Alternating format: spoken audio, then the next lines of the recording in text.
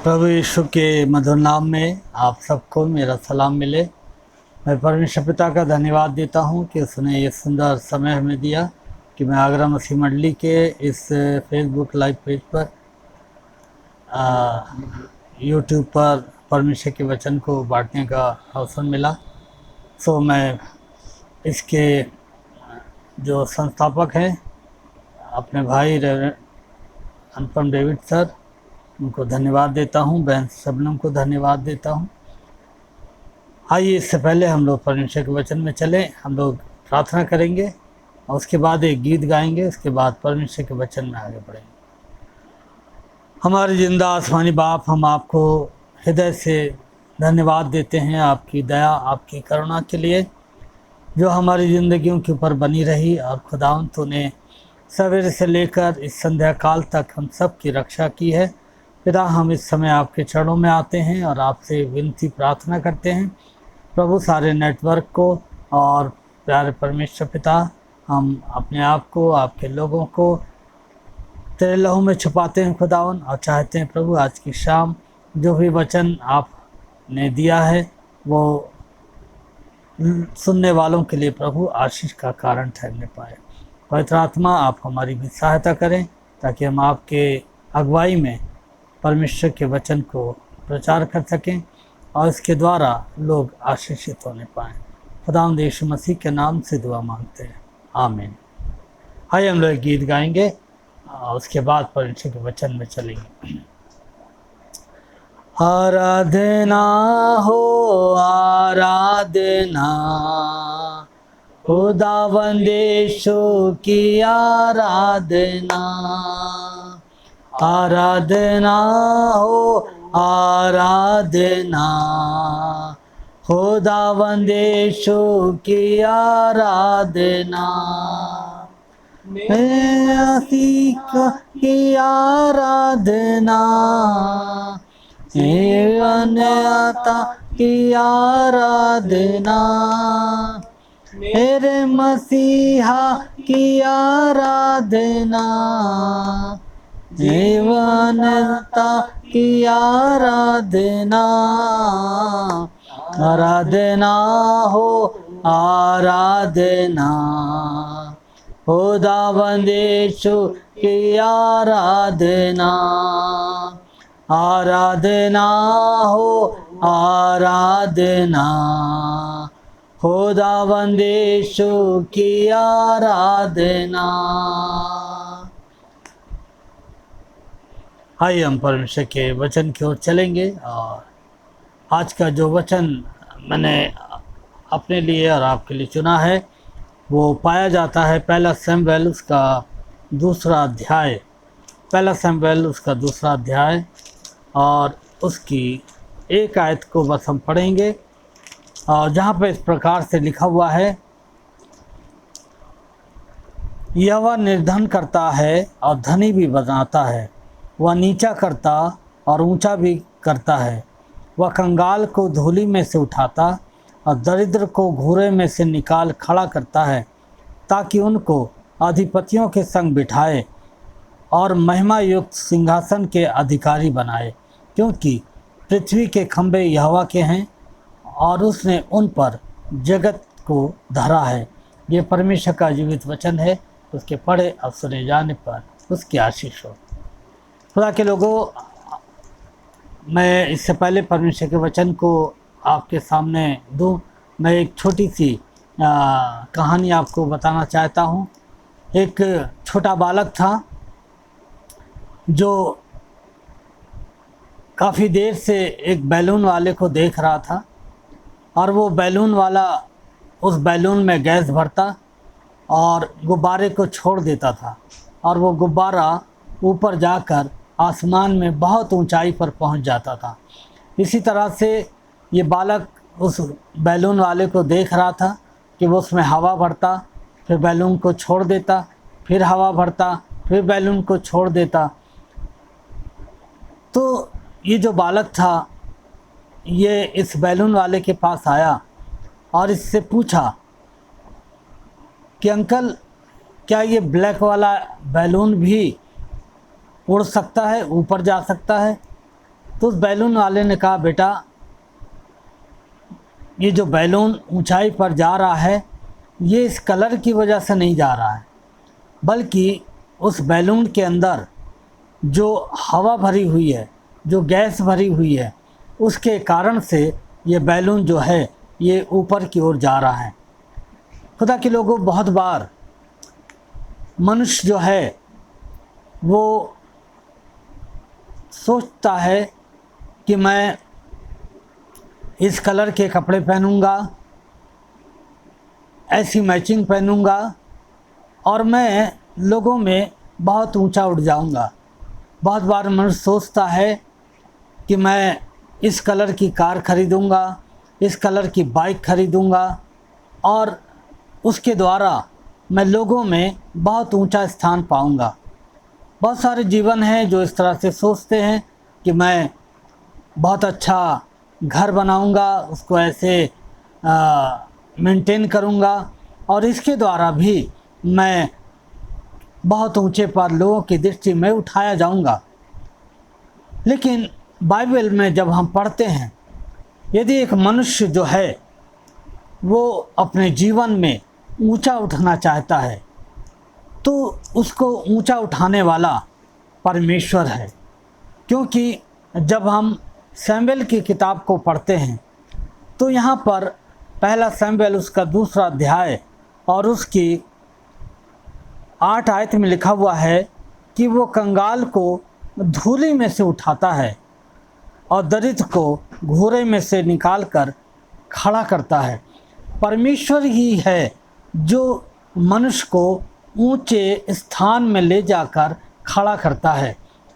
यदि मनुष्य सोचे कि मैं अपने कार्यों के द्वारा इस दुनिया में ऊंचा उठ जाऊंगा और लोगों में मेरा बहुत मान सम्मान होगा, तो बाइबल हमें बताती है कि जिस प्रकार से उस बैलून में जो हवा थी वो बैलून को ऊपर उठाती थी और उसको ऊंचाई पर ले जाती थी, ठीक इसी तरह से जब हम अपने जीवन को परमेश्वर के हाथों में दे देते हैं और जब परमेश्वर हमारे अंदर आ जाता है और जब हम परमेश्वर के वचनानुसार अपने जीवन को परमेश्वर के हाथों में समर्पित कर देते हैं और उसके वचन के अनुसार जब हम चलने लगते हैं, तो वो परमेश्वर जो हमारे जीवन के अंदर पाया जाता है वो हमें क्या करता है, वो हमें उठाता है और हम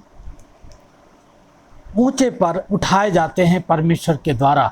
क्योंकि परमेश्वर का वचन यहाँ पर बता रहा है हन्ना की प्रार्थना में कि वो कंगाल को धूली पर से उठाता है।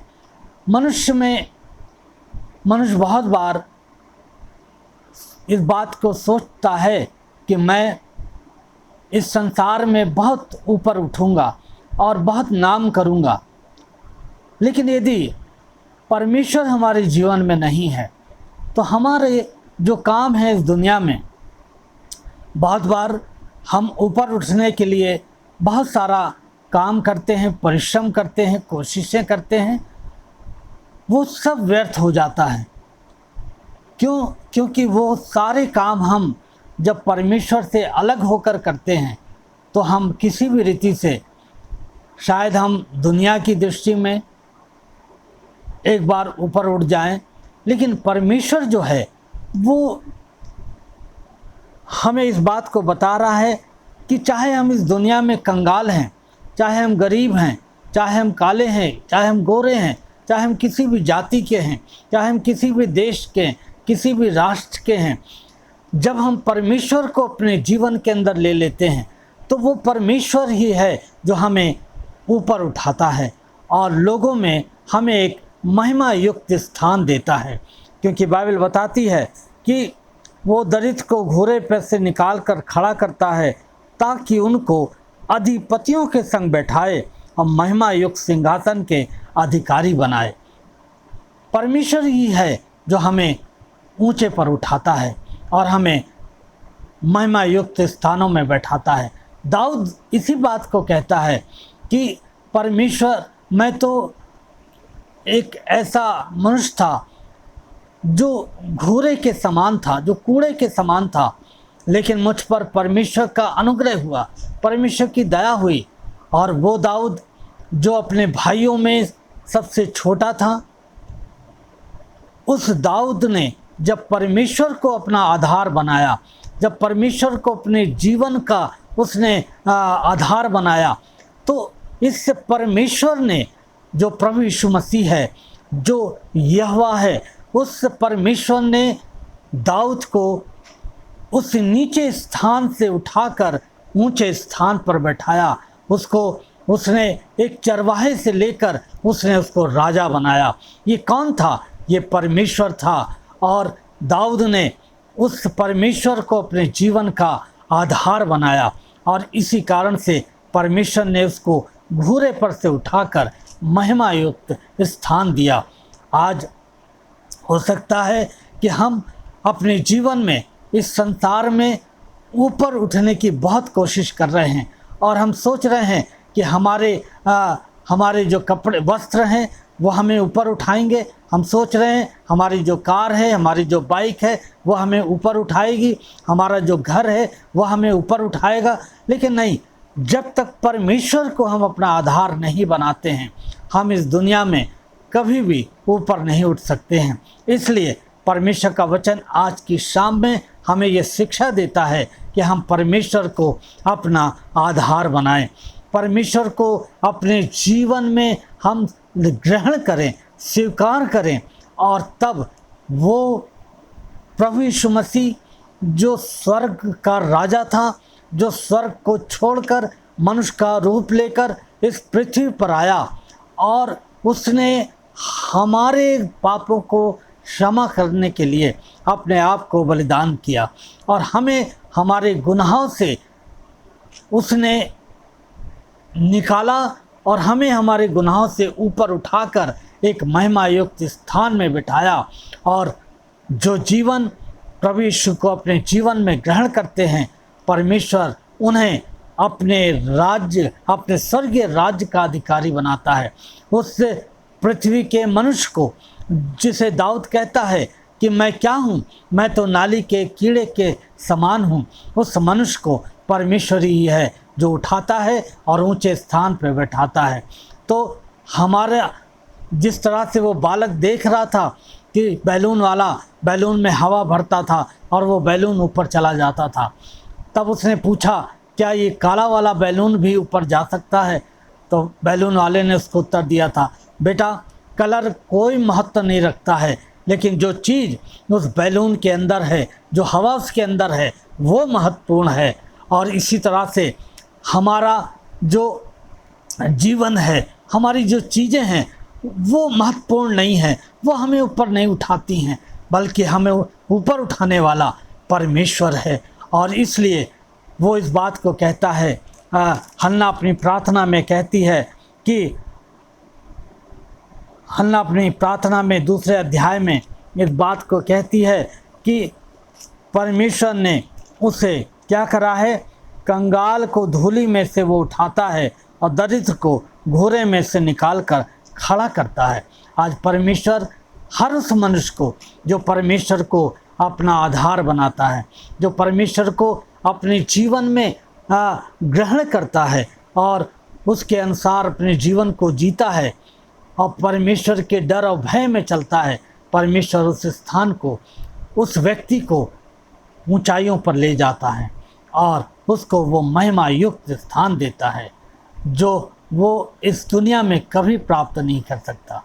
तो खुदा के लोगों, अंत में मैं यही कहना चाहूँगा कि परमेश्वर को अपना आधार बनाइए और वो परमेश्वर आपको, आप जहाँ पर भी पाए जाते हैं उस स्थान से ऊंचे पर उठाकर आपको महिमा युक्त स्थान में बैठाएगा। परमेश्वर आप सबको बड़ी आशीष दे। जय मसीह की।